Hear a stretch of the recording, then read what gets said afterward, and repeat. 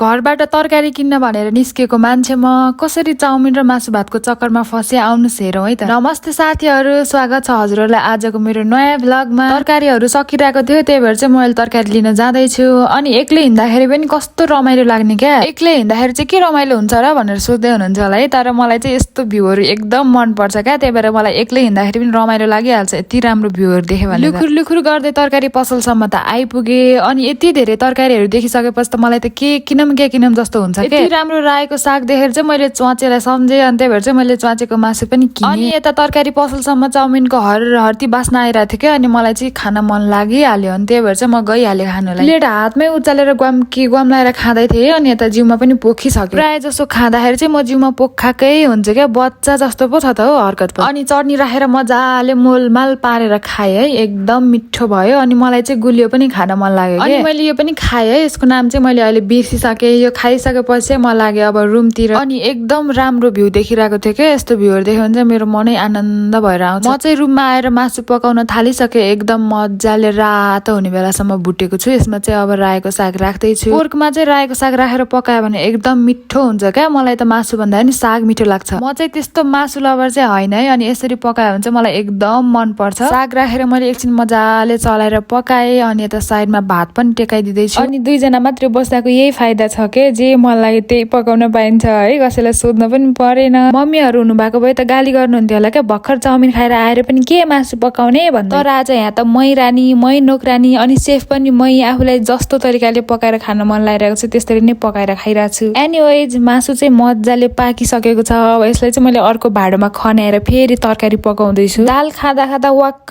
दिक्क भइसक्यो क्या म तरकारीको झोल बनाउने हो। अनि त्यो मासुमै झोल हाले भए पनि हुन्थ्यो हुन त, त्यो मासुमा चाहिँ झोल राखेर खान मन लागेन क्या मलाई। यसै मै रानी मै महारानी त भने होइन त, मैले आफूलाई जे खान मन लागेर चाहिँ त्यही खाइरहेको छु मैले। मेरो घर फ्यामिलीका मान्छेहरू हजुरहरू पनि भिडियो हेर्दै हुनुहुन्छ भने कृपया नरिसाइदिनु होला, आम जस्ट जोकिङ। अनि हेर्नु त साथीहरू, गफै गफमा खाना पनि रेडी भइसकेको छ। अब चाहिँ मजाले कागती निचोरेर खानुपर्छ। फर्स्ट बाइट खाए ल साथीहरू भन्दै म चाहिँ गुवाम लाएर खान सुरु गरिसकेँ। ओहो, च्वाचेको मासुमा रायोको साग हालेर खाँदा त कम्ता मिठो नहुने के। यसरी पकाएर खायो भने चाहिँ मासु पनि एकदम मिठो हुने, अनि मासुमा राखेको साग पनि झन मिठो। अनि यो च्वाचेको मासु नखानेहरूले चाहिँ छ्याक्कै मिठो हुन्छ होला र भन्ने सोच्दै हुनुहुन्छ होला है। त्यस्तो चाहिँ सोच्नु पर्दैन है साथीहरू, एकदम मिठो हुन्छ। खानेहरूलाई नै थाहा होला यसको टेस्ट कस्तो मिठो हुन्छ भनेर। म मासु मन नपर्ने मान्छेलाई पनि यसरी पकाएर खाँदा चाहिँ एकदम मन पर्यो क्या। हजुरहरू पनि एकपटक यसरी नै पकाएर खानु होला, एकदम मिठो हुन्छ। आजलाई चाहिँ यति नै। आजको भिडियो कस्तो लाग्यो कमेन्टमा प्रतिक्रिया दिन नबिर्सिनु होला। बाई साथीहरू।